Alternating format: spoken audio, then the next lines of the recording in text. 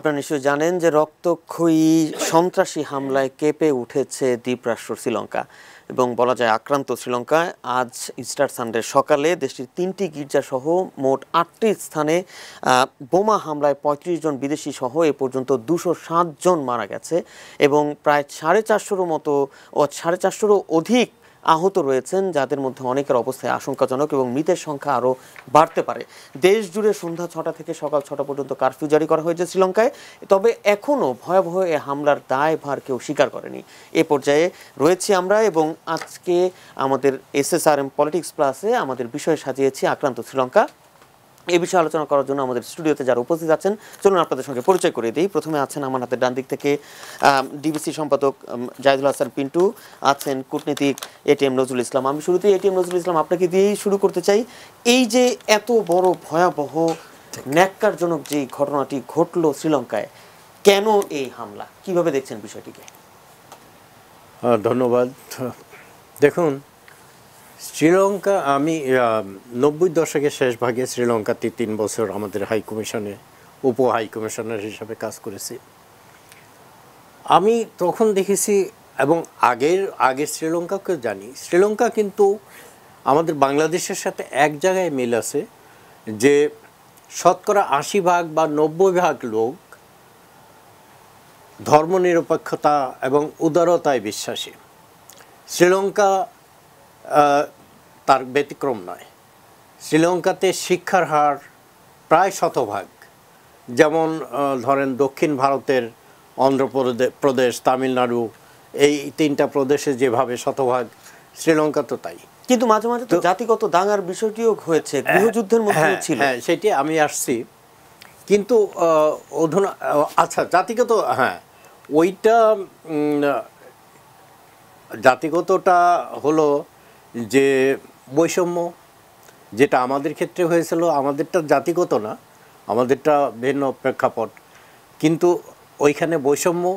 যেই শ্রীলঙ্কা আপনার আগে পর্তুগিজ কলোনি ছিল, তারপর ব্রিটিশ কলোনি হলো, 1948 সালে এটা স্বাধীনতা পেল। কিন্তু স্বাধীনতা পাওয়ার পরে শ্রীলঙ্কার সমস্ত জনগোষ্ঠী যেটা আশা করেছিল যে একটা সবার জন্য একটাই রাষ্ট্র হবে, তো আস্তে আস্তে দেখা গেল সিনহালিজরা, বৌদ্ধ ধর্মাবলম্বীরা, যারা এখনও শ্রীলঙ্কার প্রায় শতকরা 75% জনগোষ্ঠীর একটা অংশ, তারা কিন্তু বৈষম্যের আচরণ শুরু করলো এবং তামিল মুসলিমদেরকে তাদের অধিকার থেকে বঞ্চিত করলো। এর মধ্যে খ্রিস্টান সম্প্রদায় ছিল। আপনি জানেন যে শ্রীলঙ্কাতে সিনহালিজদের পরেই তামিল সংখ্যাগরিষ্ঠতা। তামিল আবার 2 ভাগ আছে, একটা শ্রীলঙ্কান তামিল বলা হয়, আর একটা বলা হয় যে ইন্ডিয়া থেকে আগত তামিল। এই 2 গোষ্ঠী মিলে প্রায় আপনার সিনহালিজদের পরেই তাদের স্থান। কিন্তু যদি আজকের ঘটনার প্রেক্ষাপটে আসি, আজকে কিন্তু হামলাটি হয়েছে খ্রিস্টানদের গির্জায় এবং বেশ কয়েকটি স্থানে খ্রিস্টানদের উপরে হামলা হয়েছে, যেটি আমরা জানি যে শ্রীলঙ্কার খ্রিস্টানরা জনসংখ্যার মাত্র 6-7% এবং 1995 সালে গৃহযুদ্ধ চলাকালে অনুরূপ একই ধরনের আরেকটি বোমা হামলায় এই শ্রীলঙ্কায় 147 জন খ্রিস্টানকে হত্যা করা হয়েছিল। এবং এই 1995 সালের পর আবারও খ্রিস্টানদের উপরে হামলা। কেন এই হামলা হলো? দেখুন, হামলা তো কিছু হয় জাতিগত, আর অধুনা যে দেখা যাচ্ছে বিভিন্ন দেশে যে হামলাগুলো হচ্ছে, সেগুলো বেশিরভাগই বাইরের এলিমেন্টস ইন্সপায়ার করছে তাদেরকে হামলা করার জন্য। এই ক্ষেত্রে শ্রীলঙ্কাতে যে 7 জন ধরা পড়েছে, সেই 7 জনের পরিচয় কালকেই হয়তো জানা যাবে বা 2-1 দিনের মধ্যে জানা যাবে। জানা গেলেই সমস্ত জিনিসটা পরিষ্কার হবে। তবে আমার জানা মতে এখানে 3টি কারণ থাকতে পারে। একটা হলো যে আপনার তামিলদের সাথে যে 26-27 বছর শ্রীলঙ্কানদের সিনহালিজদের যুদ্ধ হলো, সেইটা যে কয়েক বছর আগে যে শান্তি চুক্তি হলো, তামিলরা তাদের অস্ত্র সারেন্ডার করলো, কিন্তু সেখানে কিন্তু সবাই একমত ছিল না। তামিল গোষ্ঠী একটা কিন্তু এটার বিরুদ্ধে ছিল। এখন একটা এলিমেন্টস ওইটা তামিল, আমি আমি আসছি যে আমি তাদেরকে মেইন ইয়ে করছি না। তারপরে আছে আপনার মুসলমান গোষ্ঠী, কিন্তু শ্রীলঙ্কান মুসলিম যাদের বেশিরভাগই আপনার অনেক হাজার বছর আগে নর্থ আফ্রিকা এবং মধ্যপ্রাচ্য থেকে এসেছিল, যাদেরকে মুর মুসলিম বলা হয়, এরা কিন্তু উদারতার দিক থেকে অনেক বেশি উদার। এদের মধ্যে সংকীর্ণতা, আমি 3 বছরের অবস্থানকালে আমি দেখেছি তারা খুবই উদার এবং তাদের মধ্যে সংকীর্ণ মনোভাব বলে কোনো জিনিস নাই, এবং তারাও এডুকেটেড সোসাইটির একটা অংশ, বিরাট অংশ। সেই সম্ভাবনাটা আমি উড়িয়ে দিচ্ছি, মানে মুসলমানদের দ্বারা, ওখানকার মুসলমানদের দ্বারা হয়নি। আচ্ছা, তবে যেই সম্ভাবনাটা সবচেয়ে বেশি, যে বাইরের আইএস বা এই ধরনের জঙ্গি গোষ্ঠী তাদেরকে উৎসাহিত করেছে, তাদেরকে অস্ত্র দিয়েছে, তাদেরকে গোলাবারুদ দিয়েছে অ্যাটাক করার জন্য। কারণ দেখবেন এই অ্যাটাকটা, এই আক্রমণটা এত ওয়েল অর্গানাইজড, এত প্রি প্ল্যান্ড, একই সাথে 3টা শহরে, কলম্বো থেকে মাত্র 25 কিলোমিটার দূরে আপনার নেগম্বো, এই দুটো হলো পশ্চিম তীরে, পশ্চিম উপকূলে, আর পূর্ব উপকূলে হলো বাটিকুলা। এই বাটিকুলা এবং নেগম্বোতে তামিল যেমন আছে, সিনহালিজও আছে। তবে নেগম্বোতে যে তামিলরা আছে তাদেরকে কিন্তু তারা নিজেদেরকে তামিল হিসাবে যতটা বলে, তার চেয়ে কিন্তু তারা সিনহালিজ তামিল বলে, যেটা মানে একটু অস্বাভাবিক শোনা যায়। এখন আমার শ্রীলঙ্কার খ্রিস্টানদের মধ্যে তামিলের সংখ্যাই সবচেয়ে বেশি, আমরা যতটুকু পত্রপত্রিকা গণমাধ্যমে জানি। এবং আরেকটা বিষয় আমি জানতে চাই, তামিলদের খ্রিস্টানদের মধ্যে না, তামিলদের একটা বড় অংশ কিন্তু হিন্দু, তামিলদের একটা বড় অংশ হিন্দু, কিন্তু এরা খ্রিস্টান রয়েছেন, তাদের মধ্যে তামিল এবং সিংহলি উভয় সম্প্রদায়ের লোকজনই রয়েছে, এবং এদের মধ্যে আবার তামিলদের সংখ্যায় আবার বেশি, আমরা যতটুকু পত্রপত্রিকা গণমাধ্যমে জানি। আমি আবারও আসবো আপনার কাছে, আমি একটু যেতে চাই জাহিদুল হাসান পিন্টু আপনার কাছে। তাহলে কি মোটা দাগে আমরা কি বলতে পারি, এটা কি শ্রীলঙ্কার আজকের যে ঘটনাটি হলো এটি কি সন্ত্রাসী হামলা নাকি জাতিগত বিভেদের ফলে কোনো হামলা? না, এটা তো সন্ত্রাসী হামলাই বলবো। আপনার জাতিগত বিভেদ হলে আপনার খ্রিস্টানদের সঙ্গে অত বিভেদ কার, এই প্রশ্নটা আসবে। তবু এটা একদিনে আপনার, আজকে তো আপনার এই সিদ্ধান্তে আসতে পারছি না। তবে আমার কাছে এটা সন্ত্রাসবাদেরই মানে ধারাবাহিক যে সারা বিশ্বে ঘটছে, এখন শ্রীলঙ্কা তার সর্বশেষ ভিকটিম মানে এখন পর্যন্ত, সেটাই আমার মনে হচ্ছে। কারণ এই যে ব্যক্তি ধরা পড়েছেন তার পরিচয় যদি দেখি, ওই যে একটু আগে আমি যে কথা বললাম যে শ্রীলঙ্কার ওই গোষ্ঠীটা এই আইএসের নিয়েছে 2017 সালে, যেটা নজরুল ভাই বললেন, ন্যাশনাল তাওহীদ জামায়াত, যে তাদের ওই উদার মুসলিম জনগোষ্ঠী ওখানে বেশি, সেটা ঠিক। বাংলাদেশেও তো উদার মুসলিম জনগোষ্ঠী আমরা সবাই। এখন মুসলমানরা করেছে এটা বলার চেয়ে কতিপয় মুসলিম বা কতিপয় জঙ্গি গোষ্ঠী, যেভাবেই বলি আমরা, আমার দেশেও তো হলিয়ার ডিজাইন ঘটিয়েছে মুসলমানরাই, তাই না? তো এখন এই জায়গাটায় আমি বলি যে এরা উদ্বুদ্ধ হয়েছিল আইএস দ্বারা। ওখানেও যেটা আপনার এই শুধু উদ্বুদ্ধ হওয়া না, আমার ধারণা শ্রীলঙ্কায় যেহেতু আপনার 25-26 বছর আপনার এই যে এলটিটি এর সঙ্গে যে আপনার যে যুদ্ধটা ছিল ইয়ার সঙ্গে, এস্টাবলিশমেন্টের সঙ্গে, ওখানে অস্ত্র গোলা বারুদ পাওয়া খুব একটা কঠিন না। হ্যাঁ, এটা রেয়ার বিষয় হবে না যে ওরা যে আপনার গোলা বারুদ জোগাড় করাটা খুব কঠিন হবে না, কারণ এটা এক সময় ওখানে তো অ্যাভেলেবেল ছিল। রাস্তাঘাট কিভাবে আসবে, কিভাবে পাওয়া যায়, এটা তো অতীত অভিজ্ঞতা থেকেই এখনকার নব্য যারা তারা কাজে লাগাতে পারে। হ্যাঁ, এটা একটা। আর যারা আপনার সন্ত্রাসী, যদি মানে পুরো ঘটনাটা যদি আপনি দেখেন, এটা সিনক্রোনাইজড অ্যাটাক যেটা হলো এবং সূক্ষ্ম পরিকল্পনার মধ্যে, এই পরিকল্পনা আমার মনে হয় না আপনার 8-10 দিন বা 15-20 দিনের পরিকল্পনা।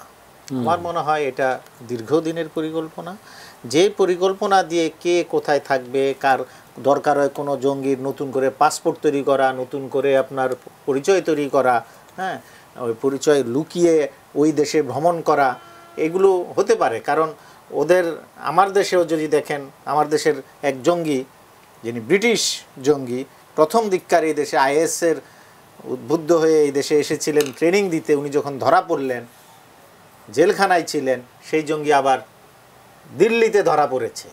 আমার দেশের কেউ কিন্তু জানেই না উনি যে জেলখানা থেকে বেরোয় গিয়ে দিল্লিতে আশ্রয় নিয়েছেন অন্য নামে। ঠিক ওইভাবে কলম্বোতে যাওয়াও খুব একটা কঠিন কাজ না, কারণ ওখানকার, আমি যেটা বললাম, ওখানকার যে সিকিউরিটি, সেটা যে এতটা তৎপর এখন হয়তো হবে। হ্যাঁ, আমার দেশেও যেমন আমরা ছিলাম না তৎপরত, ওখানেও সেই একই অবস্থা। আরেকটা বিষয় একটু আমার একটু কৌতূহলী প্রশ্ন, সেটি হচ্ছে যে শ্রীলঙ্কার রাজনীতির দিকে যদি আমরা দেখি, রাজনৈতিক অবস্থায় যে বিক্রমাসিংহে এবং মাহিন্দা রাজাপাকসে, এই যে মিউজিক্যাল চেয়ার যে হলো, কে প্রধানমন্ত্রী হবেন, প্রেসিডেন্ট হবেন, এ নিয়েও কিন্তু গত বেশ কয়েক মাস ধরেই একটা অবস্থা টানাপোড়েন চলছিল। এর কি কোনো সংশ্লিষ্টতা? না, এটা সংশ্লিষ্ট না, এগুলোর সুযোগ নেয় কেউ। আপনি যখন ইন্টারনাল পলিটিক্স, যখন টার্মোয়েল থাকে না, তখন ওই জঙ্গি গোষ্ঠী বা তৃতীয় পক্ষ এই সুযোগ নিতে পারে।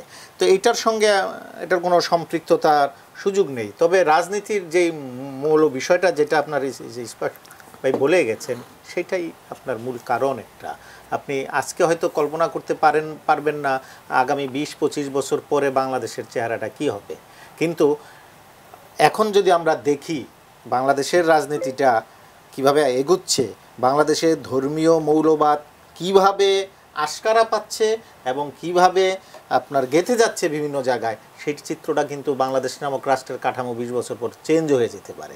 শ্রীলঙ্কায় কিন্তু আপনার এই যেটা বললেন 48, উনিও বললেন, যে ইশফাক ভাইও বললেন, হ্যাঁ, একই জিনিস, যে ওখানকার উদার গণতান্ত্রিক মন মানসিকতার মানুষই বেশি ছিলেন, কিন্তু রাষ্ট্র কী করলো, ধীরে ধীরে সেটাকে বৌদ্ধ রাষ্ট্র বানিয়ে ফেললো।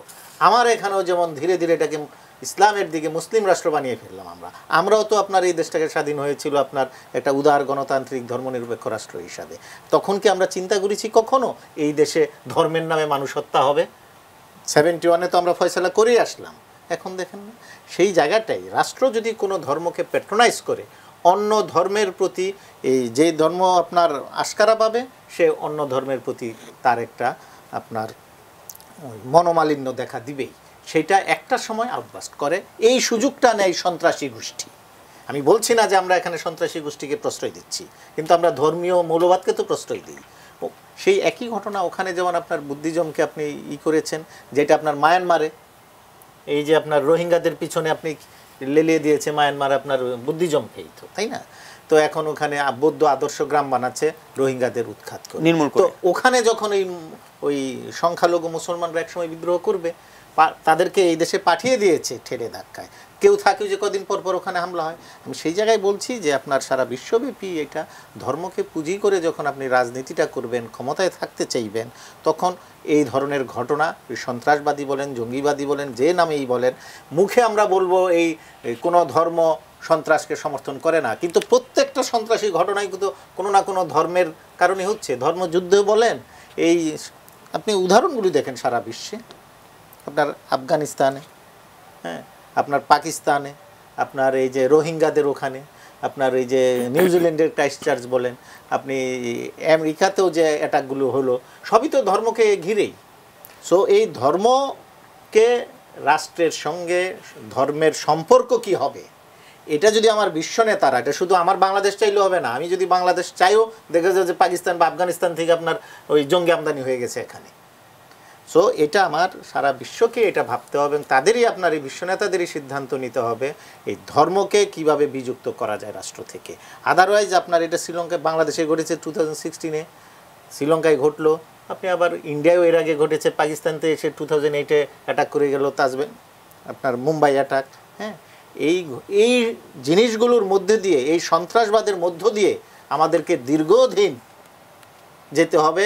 আমি যেটা বুঝি, তাদের সঙ্গে বসবাস করতে হচ্ছে আমাদের, এটা আরও অনেক দিন করতে হবে, যদি না আজ বিশ্ব নেতারা এই জায়গাটায় আপনার একমত হতে না পারে। আমার মনে হয় না একমত।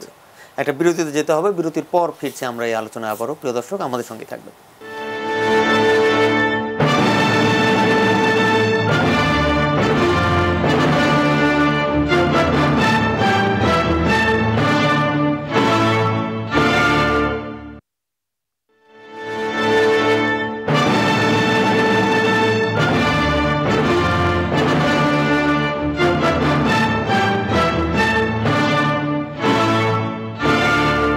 আমরা আছি SSRM পলিটিক্স প্লাসে এবং আমাদের আজকের বিষয় আক্রান্ত শ্রীলঙ্কা। মূলত শ্রীলঙ্কায় যে ভয়াবহ বোমা বিস্ফোরণে এখন পর্যন্ত মৃতের সংখ্যা 207 সে খবর পাওয়া গেছে, তা নিয়ে আমরা আলোচনা চলছে। এবং আপনারা নিশ্চয়ই জানেন যে আজ পবিত্র শবে বরাত এবং মুসলমানদের জন্য অতি বরকতময় একটি রাত, এবং ইবাদত বন্দেগীর মাধ্যমেই আসলে এই রাত উদযাপন করছেন দেশের এবং বিশ্বের মুসলিমরা। আমরা আবারও চলে যেতে চাই আমাদের আজকের আলোচনায়। আমি বিরতির আগে যে বিষয়টি বলছিলাম, আমি একটু এটিএম নজরুল ইসলাম আপনার কাছে আবারও যাব, তবে তার আগে আমাদের সহকর্মী আরিফ হোসেন একটি রিপোর্ট করেছেন, বিশেষ করে শ্রীলঙ্কায় গির্জায় এই ঘটনাগুলো ঘটার পর বাংলাদেশের যারা খ্রিস্টান ধর্মাবলম্বীরা রয়েছেন তারাও একটু শঙ্কিত রয়েছেন, তারা একটু নিরাপত্তাহীনতায় রয়েছেন, এবং তারা কি চিন্তা ভাবনা করছেন আরিফ হোসেনের রিপোর্টটি দেখে এসে তারপর আলোচনায় আসছি। শ্রীলঙ্কায় খ্রিস্টান ধর্মাবলম্বীদের ধর্মীয় উৎসব ইস্টার সানডের অনুষ্ঠান ও 3টি হোটেলে বোমা হামলার ঘটনার পর নড়ে চড়ে বসেছে বাংলাদেশও। দেশের গির্জাগুলোতে এই ঘটনার পর জোরদার করা হয় নিরাপত্তা ব্যবস্থা। রাজধানীর বেশ কয়েকটি গির্জা ঘুরে দেখা গেল পুলিশি নিরাপত্তা ব্যবস্থা জোরদারের চিত্র। পরে ফার্মগেটের গির্জায় কথা হয় বাংলাদেশের খ্রিস্টান ধর্মাবলম্বীদের প্রধান কার্ডিনাল প্যাট্রিক ডি রোজারিওর সাথে। বাংলাদেশের পক্ষ থেকে খ্রিস্টানদের অবশ্যই, কিন্তু বাংলাদেশ সবার পক্ষ থেকে আমরা সহানুভূতি প্রকাশ করছি। আমরা ভয় নেই, কিন্তু কিছু কিছু শঙ্কা থাকে, কিন্তু আমার বিশ্বাস এটা হবে না। এদিকে আইনশৃঙ্খলা বাহিনী সজাগ থাকার কথা জানিয়েছেন স্বরাষ্ট্রমন্ত্রী আসাদুজ্জামান খান কামাল। আমাদের নিরাপত্তা বাহিনী সজাগ রয়েছে যে কোনো পরিস্থিতি মোকাবেলার জন্য। তা আমরা মনে করি আমাদের বাংলাদেশ এই ধরনের ঘটনা সবসময় আমাদের জনগণ ধিক্কার দেয়, জনগণ এই ধরনের হিংসাত্মক ধ্বংসাত্মক বিশ্বাস করে না। Arif Hossain, ATN news, Dhaka. আরিফ হোসেনের রিপোর্টটি দেখছিলাম। এটিএম নজরুল ইসলাম, আপনার কাছে যেতে চাই, বাংলাদেশে আসলে আমরা কতটুকু শঙ্কাগ্রস্ত হওয়ার বিষয় রয়েছে বা আমাদের কতটুকু শঙ্কিত হওয়ার ব্যাপার রয়েছে? না, আমি মনে করি যে শ্রীলঙ্কাতে যখন হয়েছে, বাংলাদেশ একটা মুসলিম প্রধান দেশ, এখানেও খ্রিস্টানরা মাইনরিটি, এবং তাদের শঙ্কিত হওয়ার কিছুটা কারণ আছে। কারণ আমরা অতীতে দেখেছি যে এই ধরনের জঙ্গি গোষ্ঠী, সেটা আইএস হোক বা যে তালেবান হোক, যেই হোক না কেন, তারা কিন্তু ওয়েল অর্গানাইজড, অনেক তাদের নেটওয়ার্কে তারা সমস্ত খবরাখবর আগেই তারা দিয়ে থাকে। সেই জন্য এখানকার খ্রিস্টান সম্প্রদায় শঙ্কিত হওয়ার কিছুটা কারণ আছে। যদি তারা এমনও হতে পারত যে সিনক্রোনাইজড ওয়েতে এখানেও তো একটা করতে পারতো তারা, কিন্তু এবার শ্রীলঙ্কায় থ্যাঙ্ক গড, যে আল্লাহকে শুকর যে এবার বাংলাদেশের উপর দিয়ে যায়নি। তবে এই দুর্যোগে একটা জিনিস আমি বলতে চাই যে শ্রীলঙ্কান মুসলিম কাউন্সিল কিন্তু কালক্ষেপণ করেনি, সঙ্গে সঙ্গে এটা নিন্দা করেছে, এবং এইটা খুব ভালো জিনিস করেছে।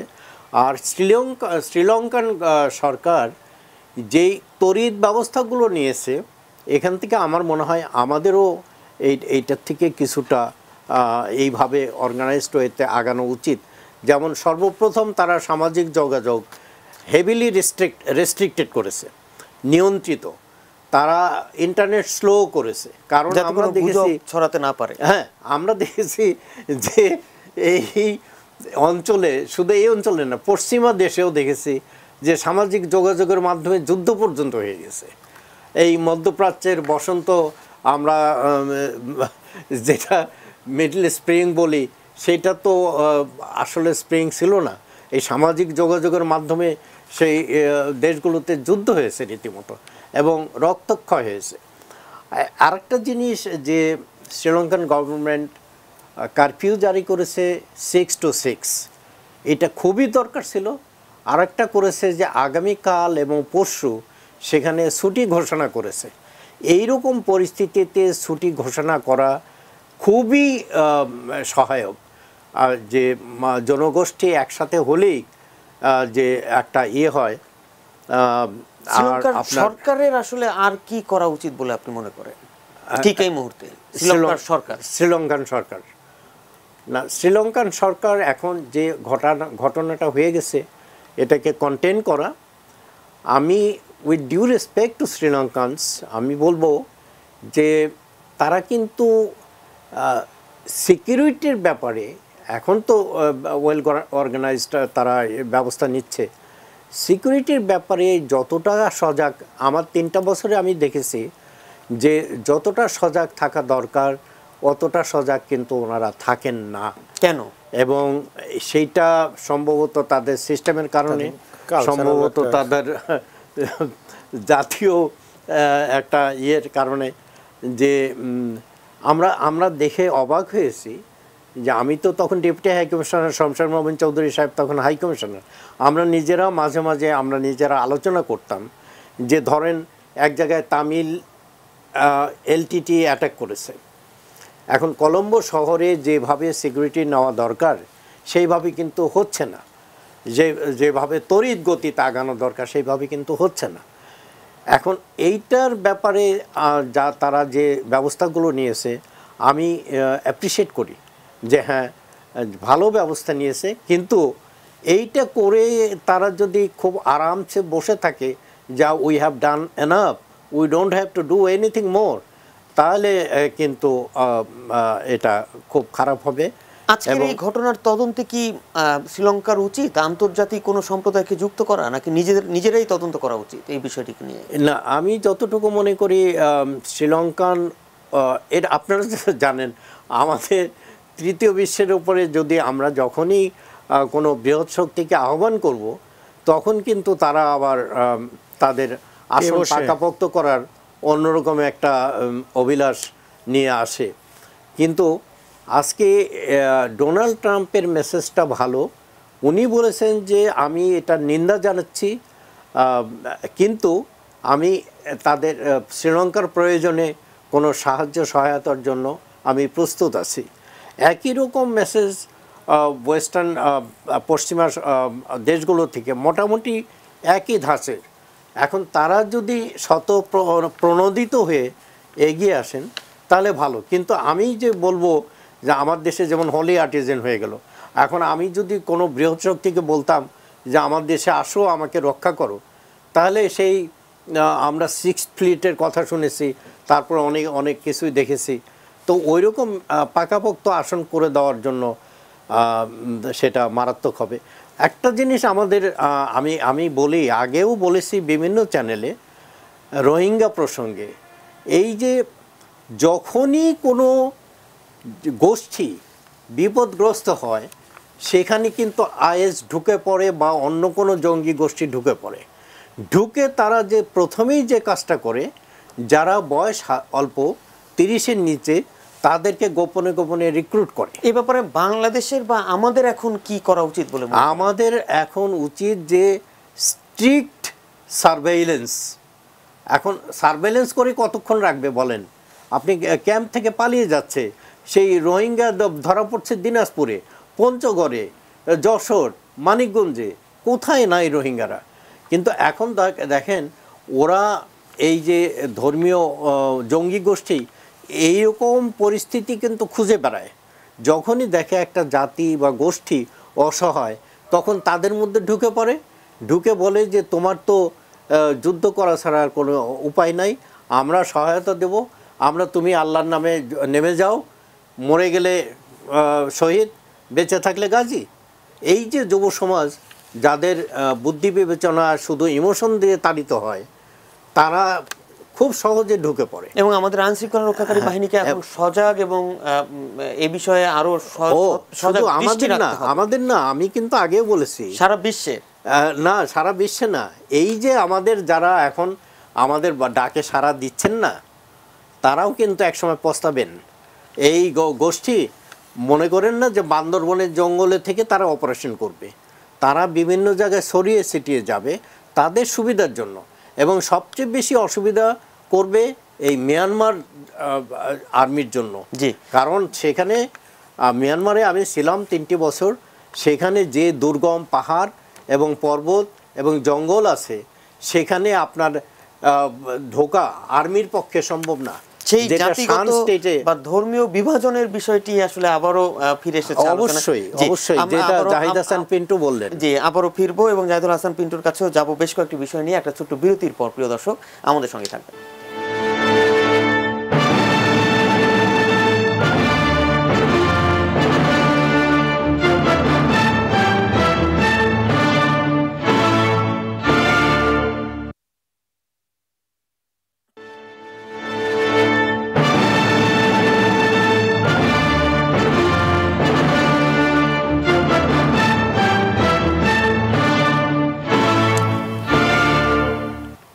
SSRM পলিটিক্স প্লাসে আছি। আমাদের আজকের বিষয় হচ্ছে আক্রান্ত শ্রীলঙ্কা। একেবারে শেষ পর্যায়ে আছি। এই পর্যায়ে আবারও যাবো জাহিদুল হাসান পিন্টু আপনার কাছে। আমরা যতটুকু জানি যে পত্রপত্রিকা গণমাধ্যমের খবর, শ্রীলঙ্কার এই ঘটনায় এখনো পর্যন্ত কোনো বাংলাদেশি নিহতের কোনো খবর পাওয়া যায়নি। তবে শ্রীলঙ্কার এই বিস্ফোরণে আওয়ামী লীগের সভাপতি মণ্ডলীর সদস্য শেখ ফজলুল করিম সেলিমের মেয়ে শেখ সোনিয়ার স্বামী মশিউল হক চৌধুরী প্রিন্স এবং এক নাতি গুরুতর আহত হয়েছেন বলে জানা গেছে এবং তারা হাসপাতালে চিকিৎসাধীন অবস্থায় আছেন।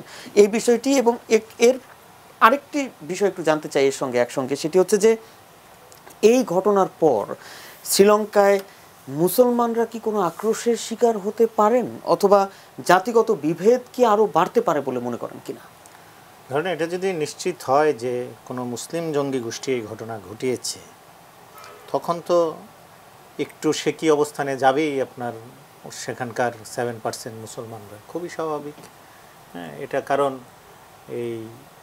এই ঘটনাটা শুধু জাতিগত বা ধর্মীয় না, এটা তো রাষ্ট্রকেও একটা নাজুক অবস্থানে ফেলে দেয়। হ্যাঁ, এখন নানামুখী চাপ আসবে, তো ইন্টারনাল চাপ আসবে, যেমন বাইরে থেকেও চাপ আসবে, তারপরে এই যে গোষ্ঠী টু গোষ্ঠী যে আপনার অন্তর্দ্বন্দ্ব, এটা তো একটু বাড়বেই যদি আপনার ধর্মীয় দৃষ্টিকোণ থেকে বা ধর্মীয় পরিচয় ব্যবহার করে এই ঘটনাটা কেউ ঘটিয়ে থাকে। আর যদি জাতিগতর কথা বলেন, সেটা হলো তাই এক জাতি আরেক মানে দুই জাতি গোষ্ঠীর মধ্যে তো একটু বিরোধ থাকবে। এইগুলো তো ছিল আপনার, যেটা শ্রীলঙ্কা প্রায় গত আপনার 10 বছর ধরে তো শান্ত ছিল, তার আগের 25 বছর উনি যখন ছিলেন ওখানে তখন তো অশান্ত ছিল। কেন? সেই জাতিগত বিষয় তো ছিল। এখানেও শ্রীলঙ্কা যে একেবারে শান্ত ছিল এটা আবার ঠিক না, গত কয়েক বছর ধরে সেখানে কমিউনাল অ্যাটাকগুলো হচ্ছিল। হ্যাঁ, সেই জায়গা থেকে ধরেন এই ঘটনাটা এখন নতুন শ্রীলঙ্কার চেহারা হয়তো আমরা দেখব, কারণ এত বড় ঘটনা আপনার সামাল দেওয়া কঠিন। হ্যাঁ, এখন যারা ভিকটিম তারা তো ক্ষুব্ধ হবেনি। আর এখন শ্রীলঙ্কা কিভাবে এটা ট্যাকেল করবে বা ভবিষ্যতে এই ঘটনা যেন না ঘটে সেই ব্যবস্থা শুধু যে পুলিশ দিয়ে নেওয়া যায় না, এটা তো বিশ্বব্যাপী স্বীকৃত। তা আপনার সেই কারণেই একটা মানবিক রাষ্ট্র গঠন করতে হবে। আপনার ওই যে ওখানে সব জাতির সমমর্যাদা, সব ধর্মের, ওই যেটা আমি বারবার বলি আপনাদের এখানে গত কয়েক বছর ধরে বলে যাচ্ছি, যে এই আপনার রাষ্ট্রের অবস্থান কি হবে ধর্ম নিয়ে, এগুলো ওদেরও ঠিক। সেটা কি শ্রীলঙ্কায় সম্ভব হবে বলে আপনি মনে করেন? এখন আমি তো মনে করি সম্ভব। এটা শ্রীলঙ্কা তো দীর্ঘদিন ভিকটিম ছিল। হ্যাঁ, এই আপনার জাতিগত দাঙ্গা সে 25-26 বছর ধরে তারা সে ভিকটিম ছিল। সেখান থেকে যখন বের হয়ে আসতে পেরেছিল, এখন আবার একটা নতুন ফেনোমেনা ধরেন, বিশেষ করে আইসিসের উত্থান অথবা আপনার আল কায়দার উত্থানের পরে, তারপরে তো শ্রীলঙ্কায় এটা আপনার কাজ করেনি। আজকে যখন সেটা হয়েছে এবং ওখানে অত বড় বিরোধ নেই আপনার ধর্মীয়, তো সেই জায়গায় শ্রীলঙ্কার সব দল মত যদি এক হয়, এটা সম্ভব। এই জায়গাটা আপনার নির্ভর করবে শ্রীলঙ্কার রাজনীতিবিদরা কিভাবে এই বিষয়গুলো ডিল করবেন। এটা কিন্তু সবচেয়ে ক্রুশিয়াল।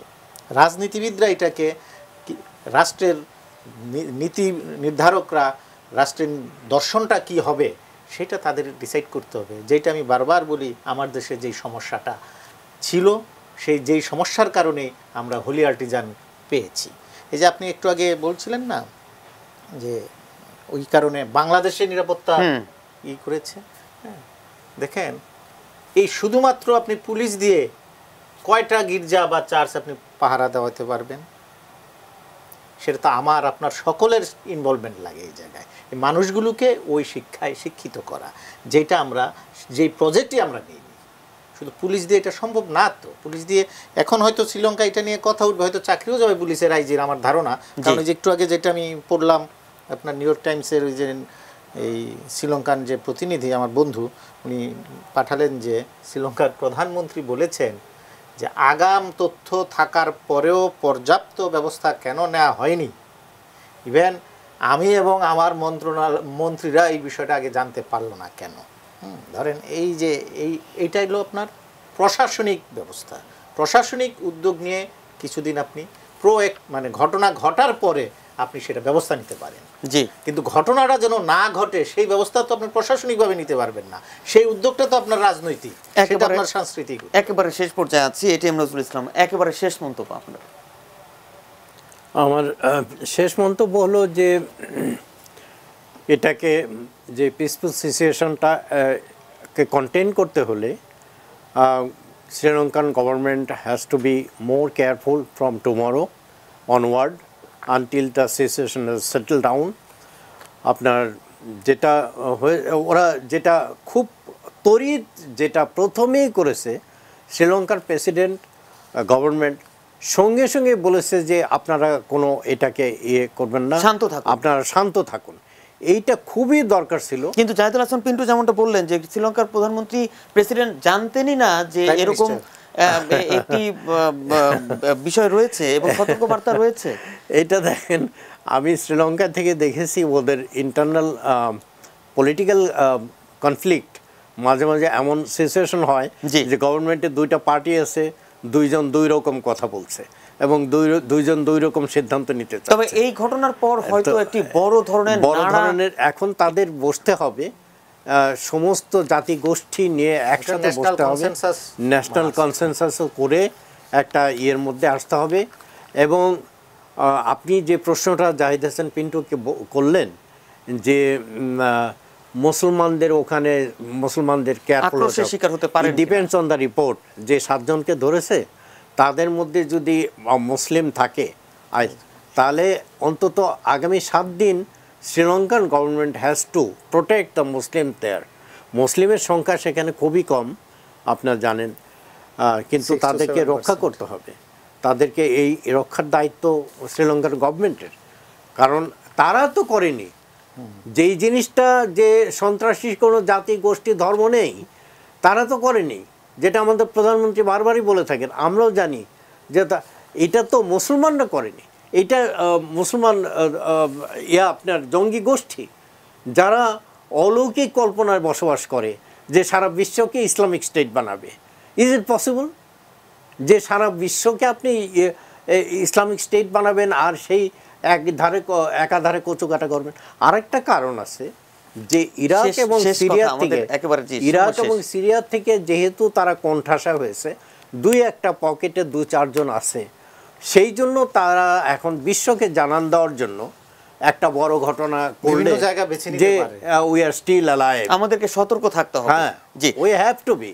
অসংখ্য ধন্যবাদ এটিএম নজরুল ইসলাম এবং জাহিদুল হাসান পিন্টু, আপনাদের দুজনকে। প্রিয় দর্শক, এই ছিল আমাদের আজকের আয়োজন। আপনারা সবাই ভালো থাকবেন, এটি নিউজের সঙ্গেই থাকবেন।